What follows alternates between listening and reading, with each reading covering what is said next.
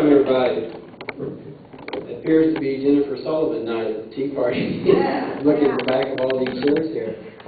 Let me tell you about some of the events coming up, and then we'll move on into Jennifer's presentation.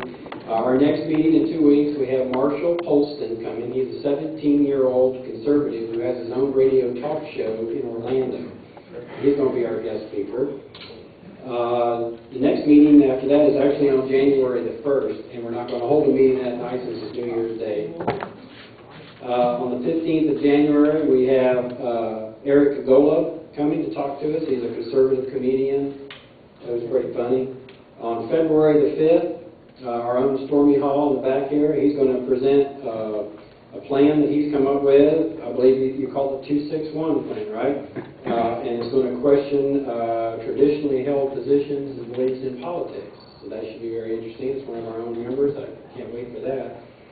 Now, believe it or not, and I won't believe it till I see it, but I have rescheduled Congressman Dan Webster for February the 19th. And they assure me he's going to be here this time. So that's February 19th. On March 19th, I haven't got anybody for March 5th yet, but on March 19th, Chris Ann Hall is going to be here. Yes.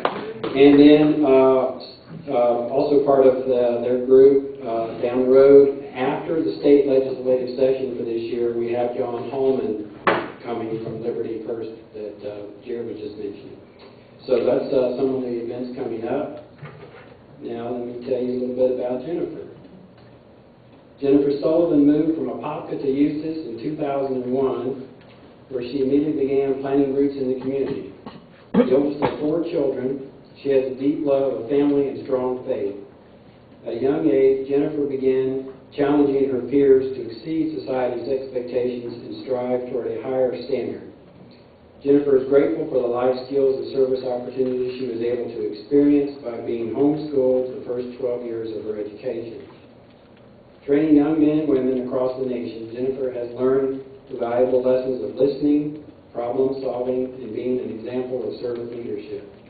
Her strong work ethic and experienced communication skills create the perfect combination for a fresh voice who will be able to lead from day one in the Florida house. And with that, I'll give you Jennifer Sullivan.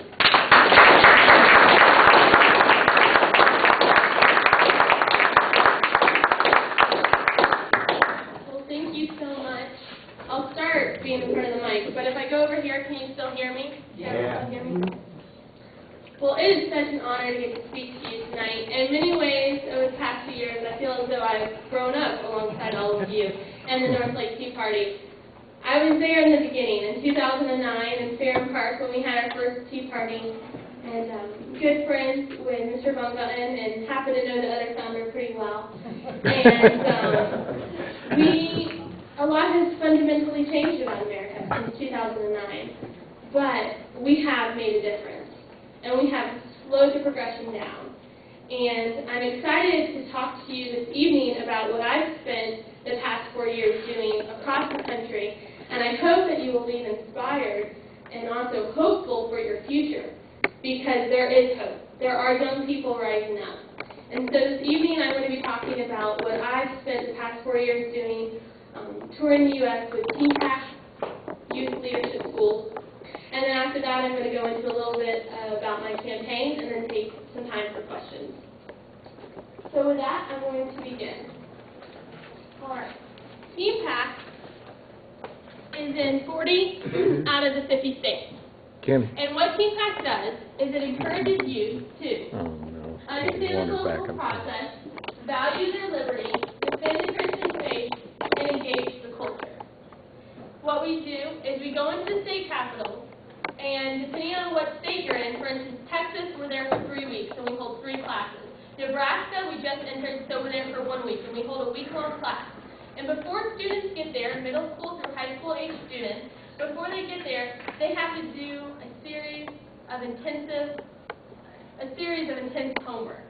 It takes weeks to do, where they have to research bills, they have to write their own bills, they have to complete a vocabulary list, they have to listen to their State of the Union address by their governor and make 5 bullet points of the key issues that are going on in their state. And they do all of this before they even get to the Capitol. because in order to have a hands-on experience, they have to first be educated and know what's going on in their state. Because once they get to the Capitol, that's when the hands-on begins, and they can put the knowledge that they've learned with their real-life experience in the Capitol. Go ahead and go to the next slide. We do several things while we're at the Capitol. First, we start each morning with prayer walks and worship at the Capitol. TeenPact is a Christian organization. And as part of the mission statement, it talks about defending the Christian faith.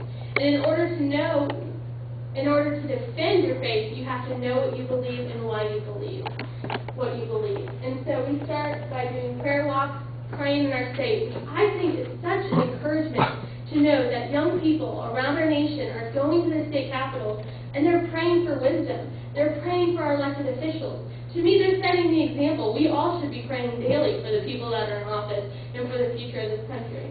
So we start with that. While they're there, we also do breakouts, which are called field experiences.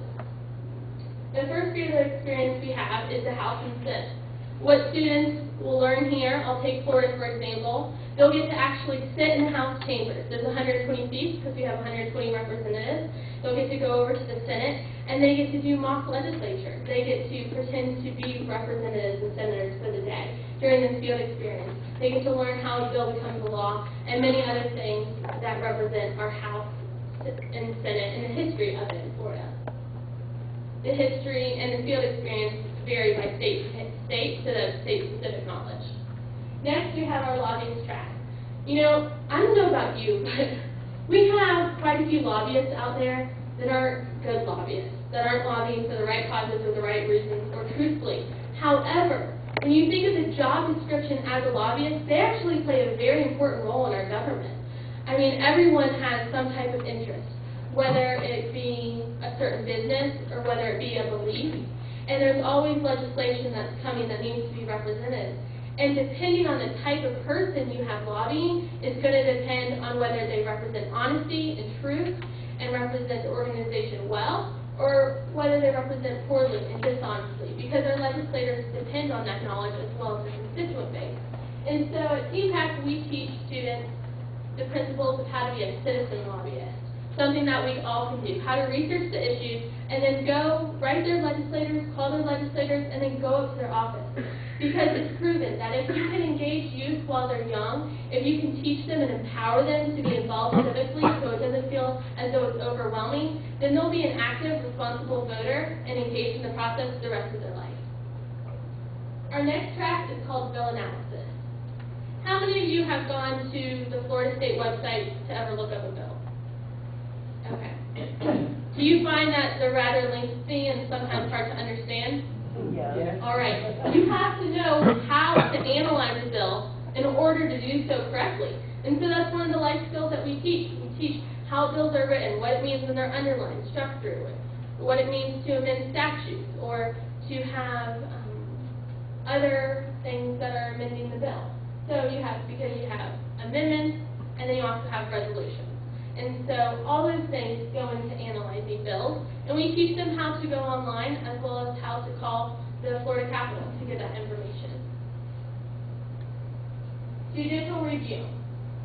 Part of TeenPact is all three branches, and so part of that checks and balance system, we have our court system. And so we go over to the Florida Supreme Court in Florida, and they get to be judges for the 30 minutes to an hour breakout, and they get to hear a case and see what it would be like if they, one day, too, wanted to try to be a judge in the Florida Supreme Court and aspire to that, what the role entails. So those are just a few examples of our breakouts. Next opportunity with TeenPact is speakers. We pride ourselves in the speakers that we're able to get for these students, and one of them was Rick Scott, which was a great opportunity for young people to get to feel the acceptability of their governor. We've had multiple others. We usually have at least 2 or 3 representatives or senators. Last year we had the president of the Florida Business Chamber, and these are opportunities where the students get to ask them questions firsthand. And so one thing we always try to do is have good, intelligent speakers. TeenPact legislature. I mentioned that earlier. Every student that comes to TeenPact has to write a bill as part of the homework, and so here they get the opportunity to debate their bill. And this also gives them public speaking. A lot of times these students are very fearful of getting up in front of a crowd. And so this is part of the leadership school aspect of TeenPact. So they have the opportunity, every student has to come before the group, read their bill, read the purpose, it gets assigned to committee. During lunchtime every day, the students are broken up in committees. They discuss their bills in committees. That's where they can amend it. That's where different representatives that have their bill can go to other committees and speak on behalf of their bill. And then if it makes it through committee, it can be brought up during the regular TeenPact legislature, and they can practice debating on it. And what's neat is that they've also taken the time to research the issues ahead of time. So a lot of times, they're using real facts when they're debating, which is great to get to know the issues of today. Elections is another aspect of the week-long TeenPact program. At every TeenPact class, they elect one state governor and 3 senators as part of the class. And so these students get to learn how to run a mock election. Camp life. TeenPact offers, at some states, we have what's called residential. And so that offers the students to, after they're done at the Capitol, go back and we have evening sessions. And that's part of the Christian aspect of it as well, is the discipleship that we have in the evening. And also for these students to be able to spend time with like-minded students, to be able to network at a young age and see how they can make an impact across their state. TeenPact has high standards. So many people today expect so little of our young people. And so one of the things that TeenPact believes in is raising the standard. And when we raise that expectation, oftentimes students will meet it. And we need to expect more of our young people, because until it's expected, it's going to stay at the low standard or continue to drop. One of the ways we have a standard of excellence is in our dress. At every state class, students have to dress professionally, and it sets a tone that they should take for life. If you dress up, you act up. If you dress down, you act casual. Throughout the week, we also have the focus that comes from Romans 12:2, which says, "Do not be conformed to this world, but be transformed by the renewing of your mind. Then you will be able to test and approve God's good, pleasing, and perfect will." And the importance of not being conformed to your culture, but knowing what you believe and standing up for that. These are some of the other examples of what TeenPact offers as ministry. The essential civic knowledge, the quality leadership skills, a closer relationship with Christ, and opportunities to utilize each of these skills through the legislature process that they have, through the field experiences, through the mock elections. They have the opportunity to gain all these skills and use them that week.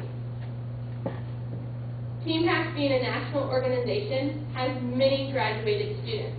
And one of those happens to be now Representative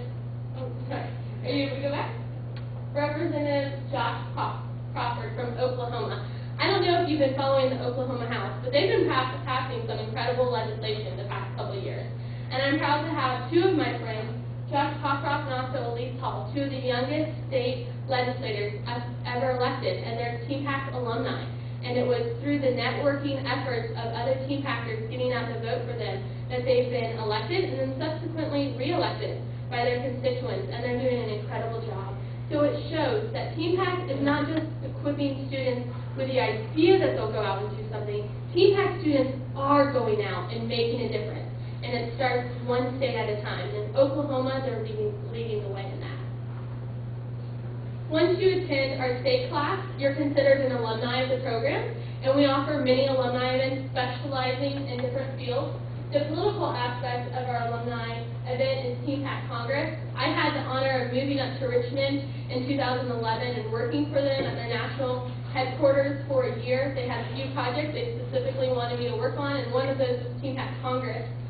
It started 4 years ago, and the premise behind it was very similar to Girl State and Boy State or 4-H state legislature, where you go up and you're a mock representative senator for the entire week, and that's all you do is focus on the legislative process.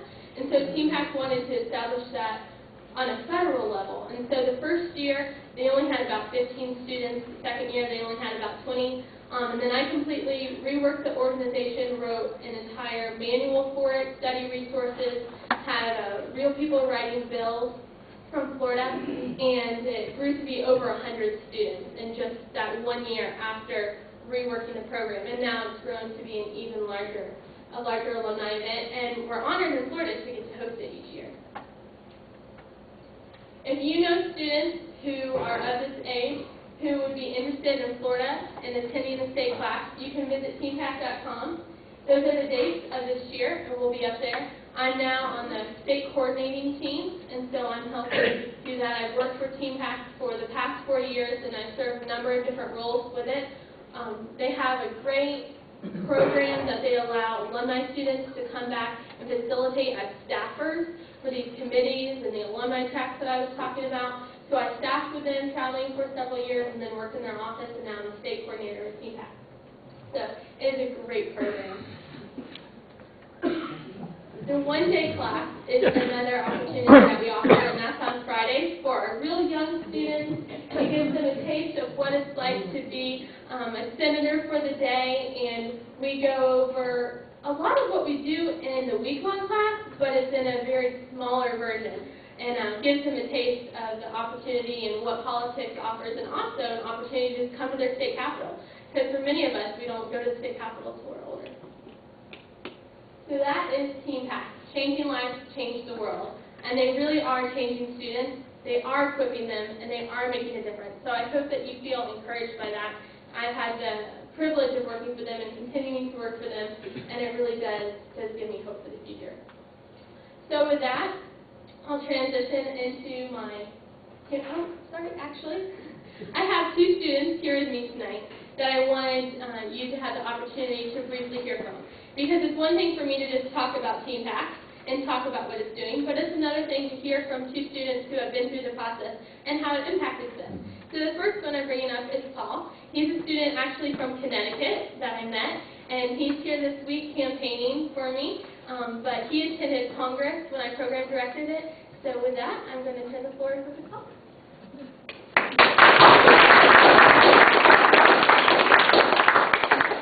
Like Jennifer said, I'm Paul Roberts, and I'm 15, and I'm from Wilmington, Connecticut, and I attended TeenPact Congress 2 years ago under the program director, Jennifer Sullivan. And what the program director does is basically run the event and make sure it's as real to the political process as it can be. Congress, like she says, is a mock legislative alumni event by TeenPact, and to prepare for the event, we have to research, study, and analyze 44 bills that were written. They're probably about 1 to 2 pages each. And each of the senators and representatives had to study one of the bills and sponsor it, just like in real life. The bill had to be sponsored, and then it had to be presented to a House and a Senate committee, and then if it passed the committee, it was the House and Senate, and then on to the President to be signed or vetoed. To give you an example of one of the bills, my bill was, it was about our foreign aid issue. All the bills were based on real life issues, or they were based on bills that were already in our federal legislature.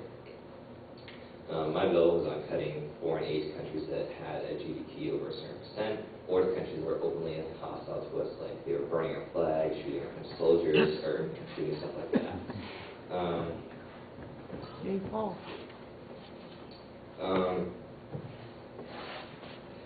At Congress, Jennifer Sullivan and staff stressed being able to take something away from it, because TeenPact is the kind of event that you can go to and have a really good time and learn a lot, but then you can go back to where I live, Connecticut, and not have it really apply or work.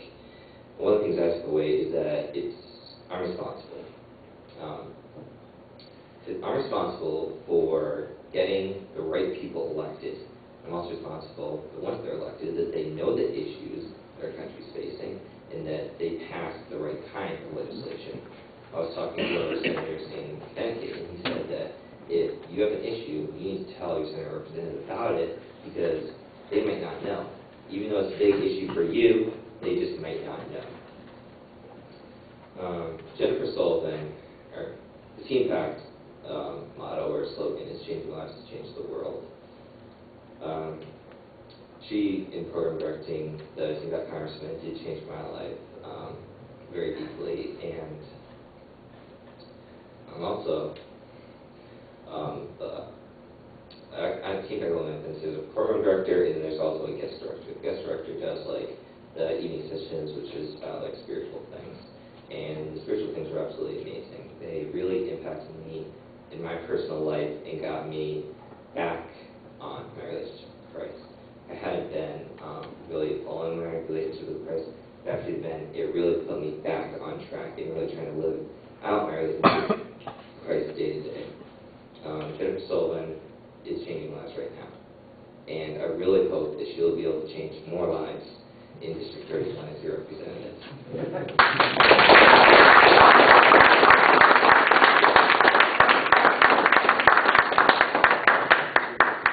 Hi everyone, my name is Sara Johnson. I was born and raised in Tallahassee, Florida.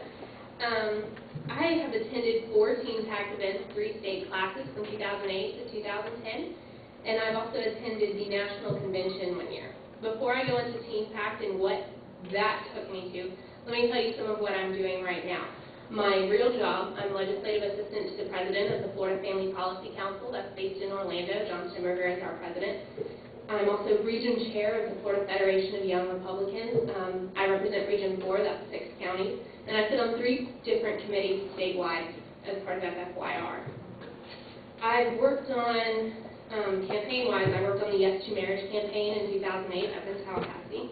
I worked on Daniel Webster's congressional campaign in 2010, Aaron Bean for Florida Senate in Jacksonville in 2012, and one thing that I'm really, really proud of is I got to help elect Mike Hill in Pensacola. He's now a representative in the House, and he's the only Republican black legislator right now in the state of Florida. I've also now worked with Jennifer Sullivan for House, and I'm very proud of that as well. I interned with the Florida Family Policy Council in 2011 and 2012 up in Tallahassee. I'm a graduate of Leadership Institute and Generation Joshua campaign schools, and I would not have been able to do any of this without TeenPact. TeenPact gave me connections. Like you saw there with the speakers, it's absolutely incredible the connections that you get at TeenPact. Even though you're a student, you are forced to engage these people like Dr. Rick Scott. I met Daniel Webster and first heard about him at that event. I also met Nathan Dunn. Many of you may not know his name, but he had the position that I have now with the Florida Family Policy Council. And he's the one that got me involved in the Yes to Marriage campaign. And he also asked me to intern with the Florida Family Policy Council. And that was where I really got my start in politics. He also helped me with an issue, or I helped him, I should say, with an issue at my local county level. Let's see, where am I? Jennifer Sullivan was also someone that I met at TeenPact. We met in 2009, and we kept up correspondence ever since then, even though I was always in Tallahassee. TeenPact also gave me necessary foundational knowledge. I learned about lobbying, and subsequently have had the privilege of teaching the lobby field experience in Tallahassee, Florida, to these young students, which is such an incredible opportunity. Jennifer experiences this all the time because she gets to pour into the lives of students. But the lobbying experience when students are in Tallahassee, I know that 5 years ago I was one of those students, and now I'm a registered lobbyist. I like to think that I'm one of those that's doing the right thing for the right reasons. I lobby for marriage and life and family and adoption. And getting to pour into those students as they sit into those seats, I know when I'm looking at them that one of them could be me 5 years ago. And that's just an incredible experience. The media bias. When you're 13 and 14 years old and you learn about a bias in media, they actually had us read newspaper clippings. And they highlighted, where is the bias in this? You know, what stance are they coming from? Are they approaching you with a political stance? Well, yes, they are. Our media is. And as a 13 and 14-year-old, you know, as adults, we see that, but 13 and 14-year-olds don't, but it helps them recognize that.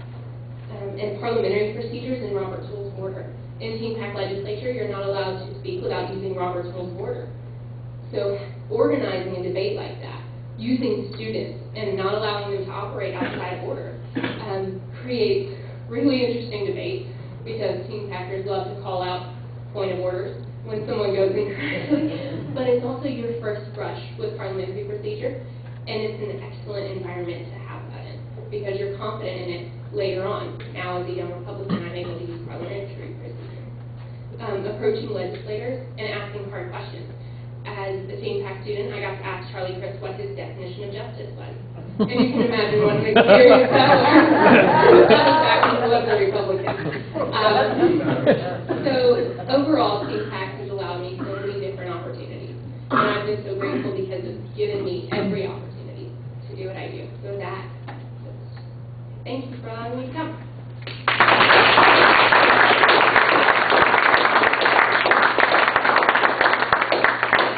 Doesn't that encourage you? Yes. It's making a difference, and I wouldn't be here today without TeenPact. So thank you for letting me share with you something that I'm very passionate about. All right, moving right along. Now I'll put on my running for state house hat. So I'm running in District 31. For those of you who don't know what the district looks like, it was recently redistricted. So this is a map of it, and then you can see the red dotted line is the district in the center. It goes into Orange County along the 441 line there into Apopka. The main cities that it includes here in Lake County: Mount Dora, Eustis, Tavares, Sorrento, Umatilla. And so this is what the district looks like. Now, first I have to tell you, I had a beautiful PowerPoint presentation, and then we had to switch from computers, and so it all got messed up. So, forgive the fonts and bullet points that are all in the wrong places and sizes later on as well. But I wanted to tell you one, why I'm running. I'm running very similarly for the same reason I was in TeenPact. Because I have a heart for this generation. My generation of millennials coming up that have been so captured by the left, and in many ways brainwashed by our education system, that is the only way. That socialism is a good thing. That affordable health care is affordable, amongst many other things. And until we, as conservatives, can brand ourselves to young people, we're not going to be able to get them in our corner. And I think that it takes a young person to reach a young person.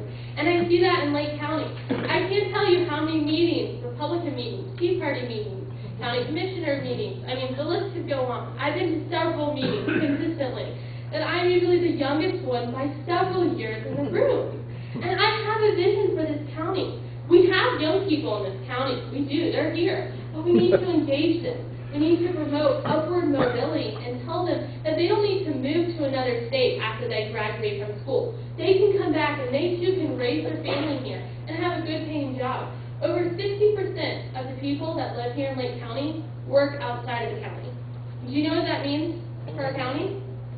That means that they're spending money outside of our county. That means they're probably buying their food, they're buying their gas, they're making friends outside of our county, which means we're not getting the revenue from that. So we need to create an environment here in Lake County where the people that are here can have higher, sustainable jobs, but the young people will also want to stay and be engaged in the process and be part of casting the vision for this county, because it is an incredible place. And that's why I came back, because I have a heart for this community, and that's why I'm running. These are some of my stands on the issues. My top 3 issues in this race are job creation and the economy, education, and environment. If you truly believe in fiscal responsibility and a limited government and free market solutions, that after researching the other candidates in this race, I hope that I will have earned your vote. Because those are the 3 premises of why I'm running. I mean, I haven't been a part of the Tea Party for the past 4 years and joined the Republican Party, which at many times is a mess, to try to change it from within, because that's the only way to get it back in the right direction. I haven't done the work that I have for the past 4 years to only hope to get elected and then completely change on what I've been investing in the past 4 years. I'm going to be true and honest to what I say I'm going to do. And I think the way to get fiscal responsibility in our state and a limited government, amongst other things, is to elect people who understand them and have a proven track record of fighting for those things. And I do.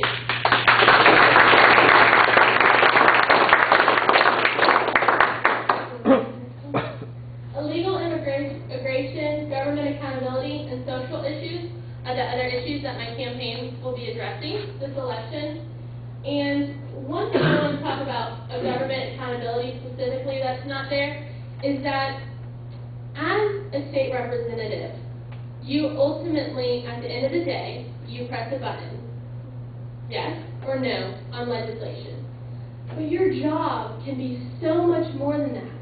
I mean, we elect state representatives to represent this area in Tallahassee, but not to live up there, to come back and to be a part of this community.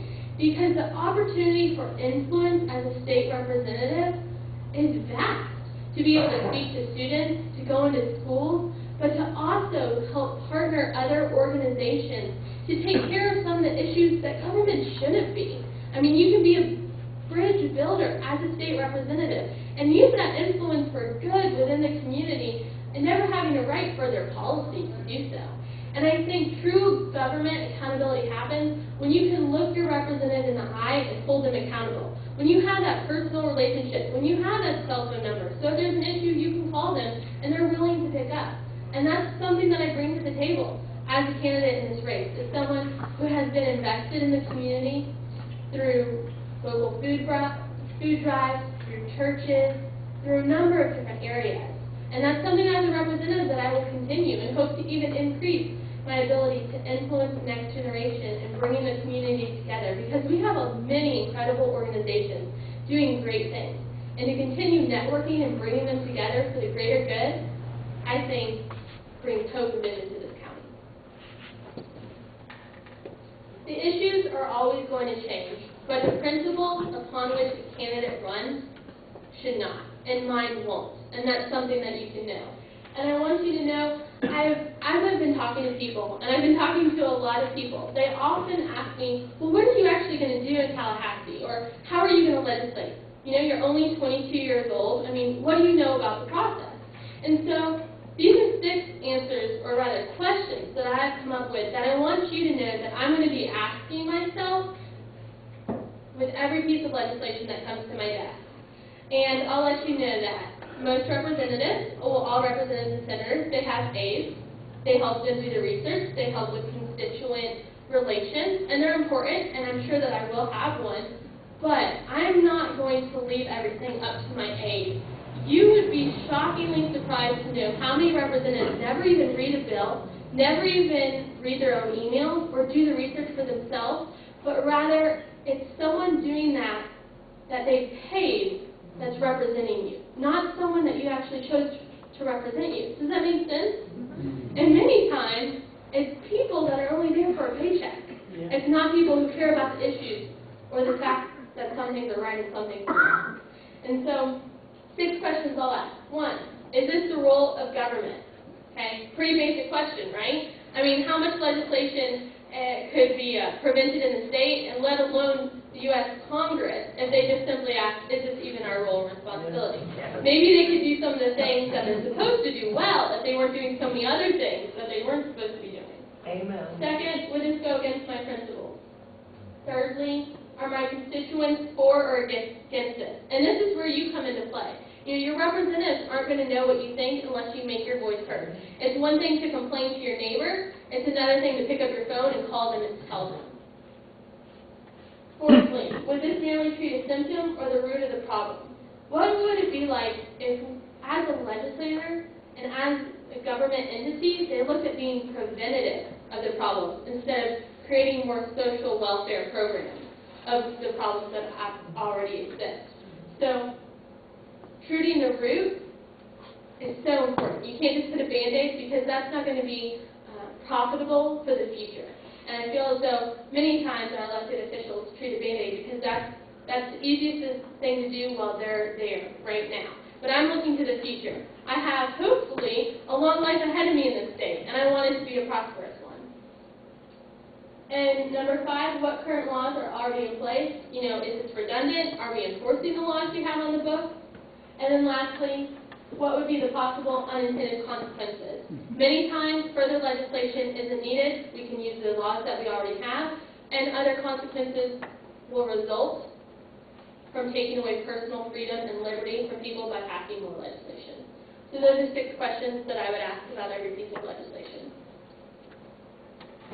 A little bit about my campaign and what we've been doing. I announced on August 15th and immediately started a social networking campaign. So we had over 1,000 Facebook likes in the first 3 days, which is more than a lot of actually currently elected officials have. We started a money bomb and raised $10,000 in 10 days.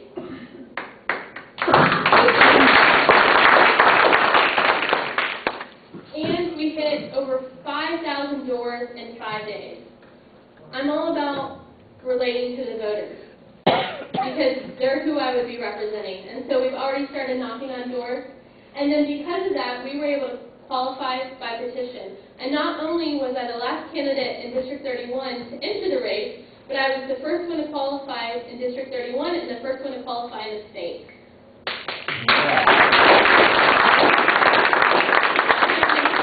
Volunteer team, and I so appreciate their diligence and their hard work. And because of that, we were able to be fiscally responsible and not pay the fee. This is my contact information. Please feel free to write it down, or I have a business card with me if you would like it. You can visit my website to learn more about volunteering or to donate. I'm gladly accepting donations at all times. I will tell you, over the years I've worked on several campaigns, and when I first started, I naively believed that grassroots could overcome big money, and that's not true. Grassroots can get you very far in a race, but in the society that we live in today, you have to have both. And so I have a plan to win this race, a plan to victory, and we're working it every single day. And that involves grassroots, but it also involves raising funds. And so far we've been able to do so, and I know we will continue to.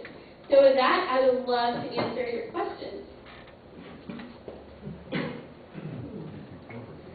Yes, sir. When you're elected representative to District 31,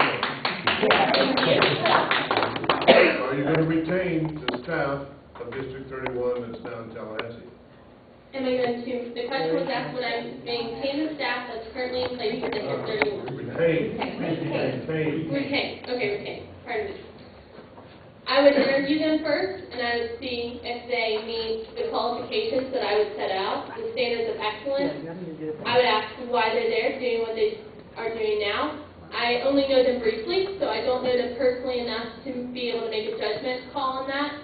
But I tell you, I wouldn't just automatically accept them because they're there currently. I would want to make sure that we're like-minded, and together we're going to be able to best represent the constituents of District 31.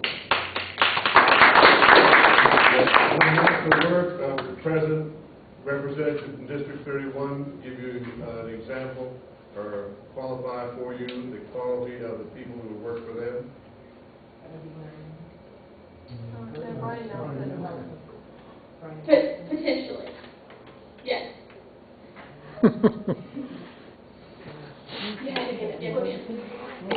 What did you say?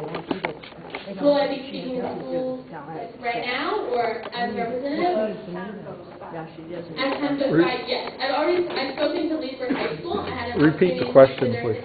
The question was asked, would I be speaking to students in public schools? And so I had the opportunity to speak at Leesburg High School, actually a few weeks ago. Because of my involvement in the Republican Party, I was able to come in and talk about the party principles, and during that time I was able to share about my campaign. So I do intend to continue to speak to students. I would like for you to speak with some of them in Apopka. In Apopka? Absolutely. I was originally from Apopka in that area, so I know many people over there and would be delighted to do so. Well, I think that would be a good place to start. Absolutely. Yes. Jennifer, I think most people are, they don't understand that our representatives do not live in Tallahassee. It's just a part-time job. And also, you would have nothing to do with the Tallahassee staff. You would have a secretary and an aide here. Right. But the question I want to ask is, what is going to be your position on Medicaid? What are we going to do about Medicaid in the state of Florida? Well, that's a great question. It's a third of our budget, you know. It is, and it's actually the majority it's the largest percentage of our state budget currently in Florida, and it continues to grow each year. And you saw this year that originally Rick Scott was trying to accept funding from through Obamacare, and they rejected that in the House, so it didn't go further and it wasn't signed. I think that you saw the House take new steps and offer new ideas to help cover the people that need continuing care. And so those weren't passed this year, but I've been reading what's coming up this session, and I think they're going to continue to take steps towards that.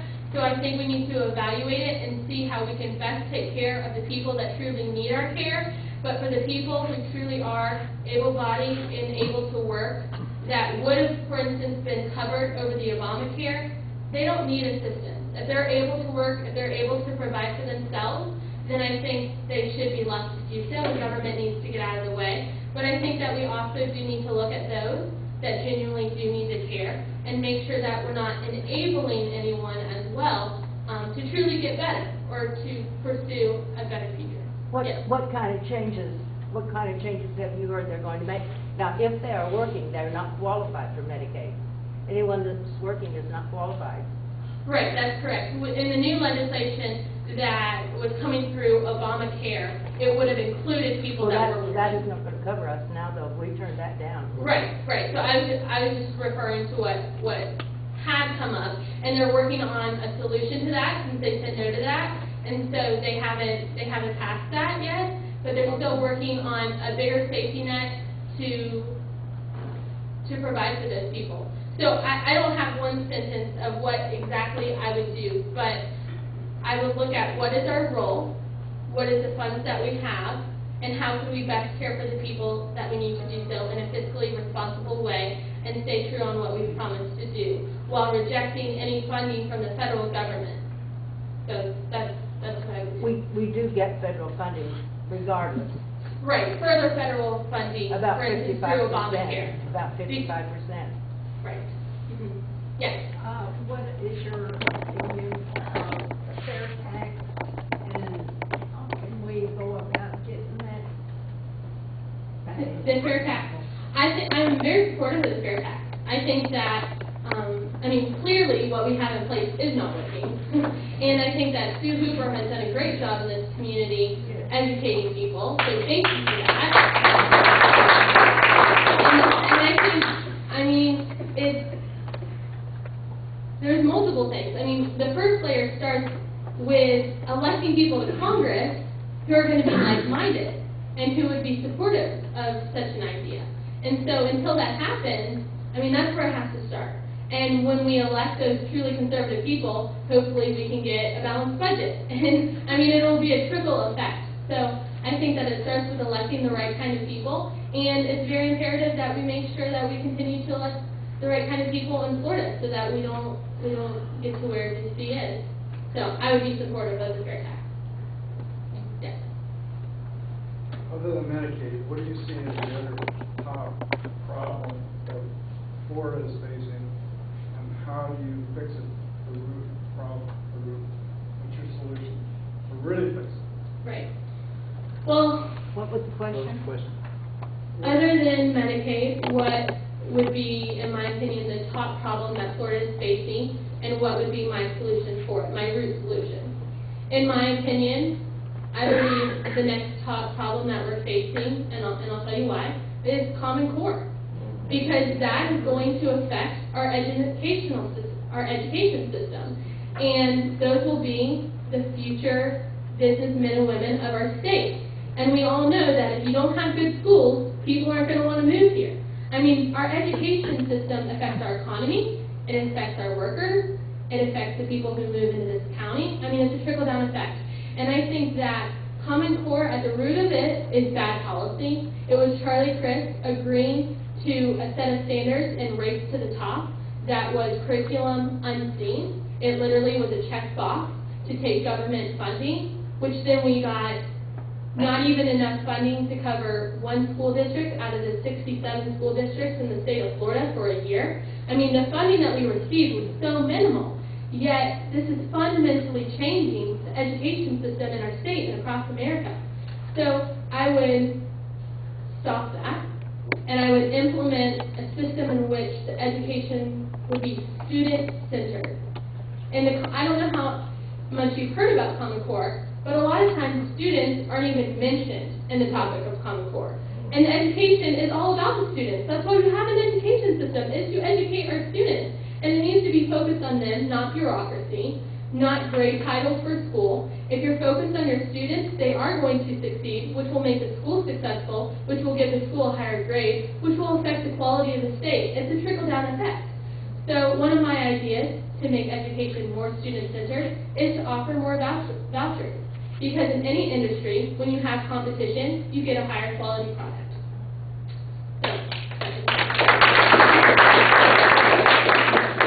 Jennifer, our state has a huge liability through citizens insurance Yes. because of the, if we get a 100-year storm, our taxpayers are on the hook to cover that cost. There's no revenue, there's no trust fund, there's no anything. It's increased taxes on every taxpayer. Do you have a solution for that?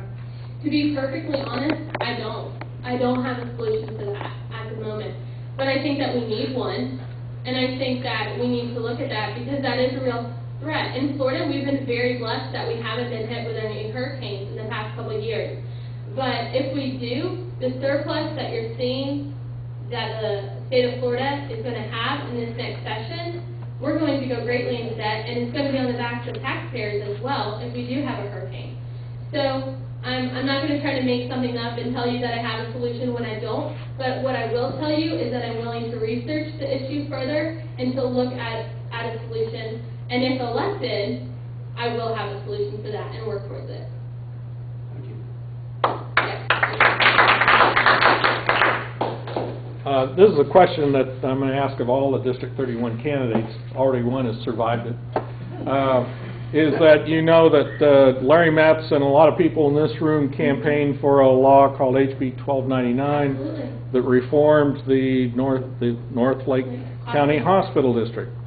And so the issue is that there are efforts now, especially by one of the representatives from Leesburg Regional Medical, to try and get legislators, and it may be either the local legislators, Lake County Legislative Delegation, there's 5 or 6 of them, or the legislation itself to modify that to eliminate the current requirement for a vote on that tax in 2016. And so my question is, would you oppose, assuming you're elected and now you're part of the Lake County legislation, will you oppose any efforts to modify that law so that they can push that vote for the citizens out into the future sometime? I would not. I would stand with Larry Metz on that and the work that he has done. So I would not prevent the people from being able to vote on that. And does that... Okay, is that basically what you're saying is you won't support anybody who's trying to modify it. You'll oppose Correct. the modifications. That's what I'm I asking. will oppose any modifications. Okay. I know Ms. Baker has worked tirelessly on that, and I remember from several years ago hearing about the North Lake tax, the North Lake Hospital tax. And even our fellow Tea Party member, Frank, a number of years ago, we worked to get her elected on that. And they've been working tirelessly, and I'm so encouraged by the leadership of Larry Metz, that he's taken on that. And I would not in any way want to undo the hard work that we all have been doing to let the people vote on that. So that is a very important issue. Yes, sir. For the last couple of years, I understand there's been a bill before the legislature to, I hope I can say this correctly, to make sure that Florida law stands and that no other form of law, American Law for American Court by Larry take Metz. over. What do you know about the efforts in that direction, and where would you stand on it? I know that Larry Metz has championed that bill for several years, and it's becoming slightly weary, I think, in the fact that it hasn't gone past. And it was passed, in my understanding, if I recall correctly, it was passed in the House this past year, so there was success. There was victory in that. And unfortunately, it was brought up, in my understanding, the last day of session in the Senate, and in such a way, through a number of different circumstances, it then wasn't even brought up for a vote. Is that correct? It would have had 2/3. Yes. And it needed 2/3 because it was brought up on the last day, which requires a larger vote. And so I hope that Larry Metz continues to take that up. I don't think that we can afford not to continue to bring that bill up. I think it's imperative, unfortunately, in the day and age we live in, that we need to define that, but we need to define it. And you would think that in a majority Republican House and Senate, it would be a no-brainer. Really? So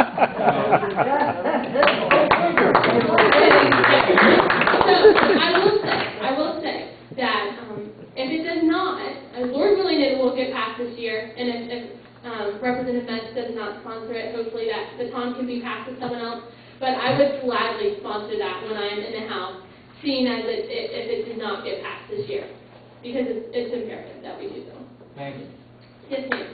Okay, I have been riding around Claremont all day today, Christmas shopping with my daughter-in-law, getting angrier and angrier because they are now having 24 of those red light cameras. Yep. And Claremont. County said no, but Claremont. Claremont said yes. Would you help in the effort to get them out of Florida? I'm so glad you asked that question. Because I have actually been thinking about that all day. Because over the past couple months, I've noticed some of the questions that have been asked of other people. And one of the questions that Andy Dubois has asked without fail is, if elected, what will you repeal? And so I've been thinking about that for the past couple months. You know, when I'm elected, what could I work to repeal? And I would love to work to repeal red light cameras because of several reasons. One, I don't think that it's an effective means of what they're trying to do. When it was being discussed in the legislature, there was a gentleman by the name of Paul, and he's a former Florida Highway Patrolman, so he was an expert, and he was giving testimony about the fact that at the time in Apopka, it cost $30,000 to hire a police officer, at which time he could sit in his car and hold out, the radar and flag people for speed, and then also a number of other things that a police officer would do, in addition to looking at people crossing red lights, going through red lights. To put in one red light camera at one intersection costs over $60,000. Okay? Then you have upkeep. Now, the problem with red light cameras is sometimes they're wrong and inaccurate. It shouldn't be the role of government to be maintaining that in that way. And where's your defense as a citizen? I believe in the Constitution, and I don't recall the article, but it talks about how you have to have 2 witnesses against you if you've committed something. And, if you get caught speeding, you have the police officer's testimony, and you have the proof of the radar gun. But if you go through this red light camera, you only have the proof of one, and that's the red light camera. And that's trusting that that's correct. I don't believe that it's a good steward of money. I don't believe that it's nearly as effective as having a police officer. I think it puts an undue burden on citizens, and it's also statistically proven to not reduce the number of people going through life or prevent accidents. I mean, it is a fact. It's a moneymaker, that's all it is. It is. It's a moneymaker. And is the government's role to make money? Yes. Was that what their intention was, to make money? I don't think so. So, I would be against red light cameras, and I would love to work to repeal it. Thank you.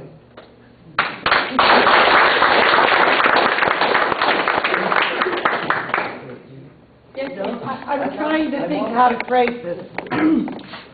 As you remember, our illustrious president said that the United States is no longer a Christian nation, blah, blah, blah, blah.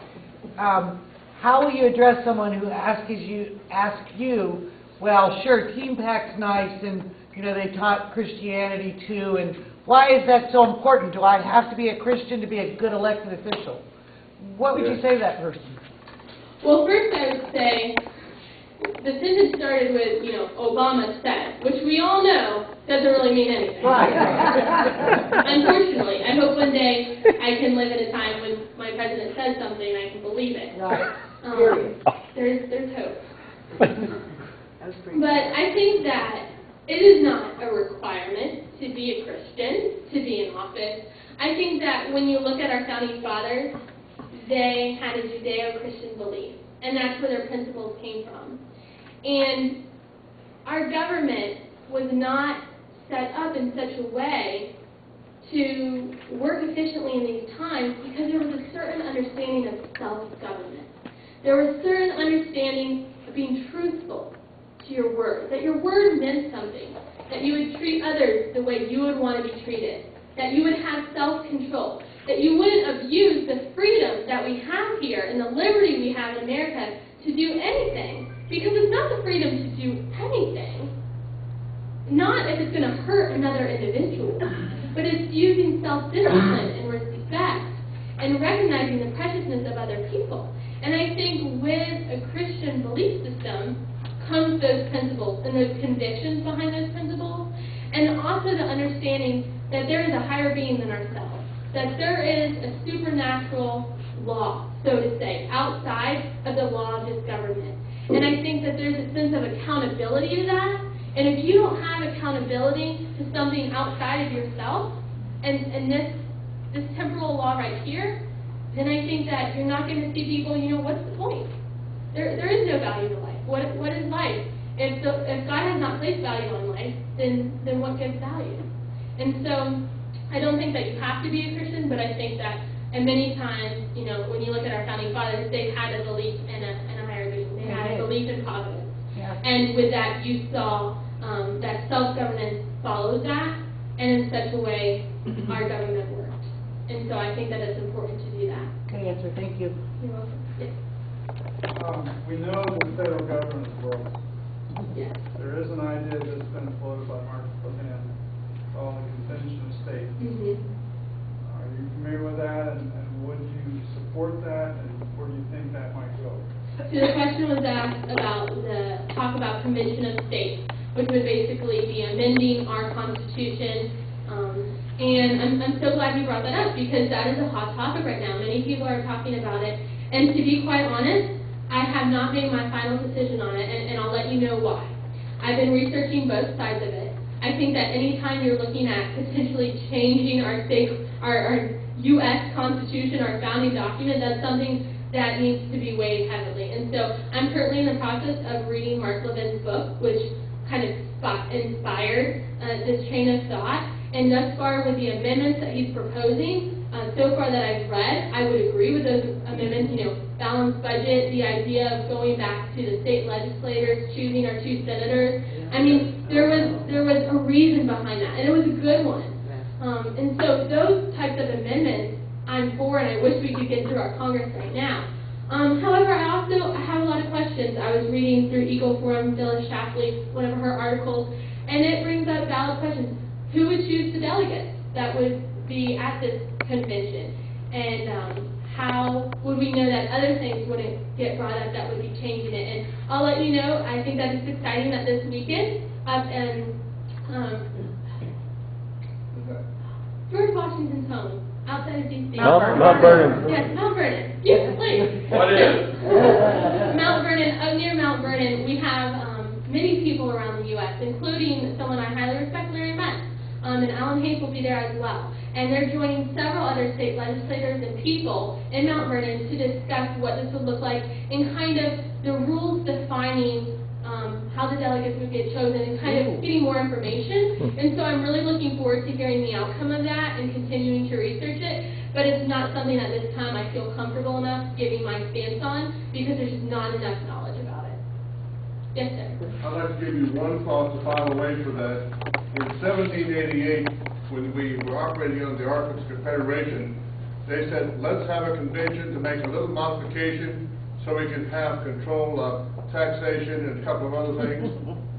By 1789, we had a new constitution, which was great for that time. But do you think we have the same quality of people who can write today the Constitution? My answer is no. But remember, 1788, they were just going to modify it a little bit, and now they're talking about modifying it a little bit, but where's that? Right. I hear your concern, and I share that same with you, that same concern. That's very valid. Isn't, with Mark Levin's book, isn't it not having an actual constitutional convention, but a convention in all the states, so that it wouldn't be quite that scare of changing the whole thing, throwing it out and starting over kind of thing? I haven't finished the book yet. As far as I am into it, that's not my understanding, but again, that could be just maybe because I'm not through that part, and maybe there'll be some... Well, I think I've heard him say that on the radio Okay. show, and I read the book, but I'll have to go back and... Well, I Yeah, I think just think the it's mechanics of it are they propose amendments that are then submitted to the states for the requisite approval by the and adoption. And so it's not a rewrite of the Constitution. It is merely to propose specific identifiable Right. amendments, and that's all. Okay. All right, thank you, Jennifer. All right, thank Very you all nice. so much.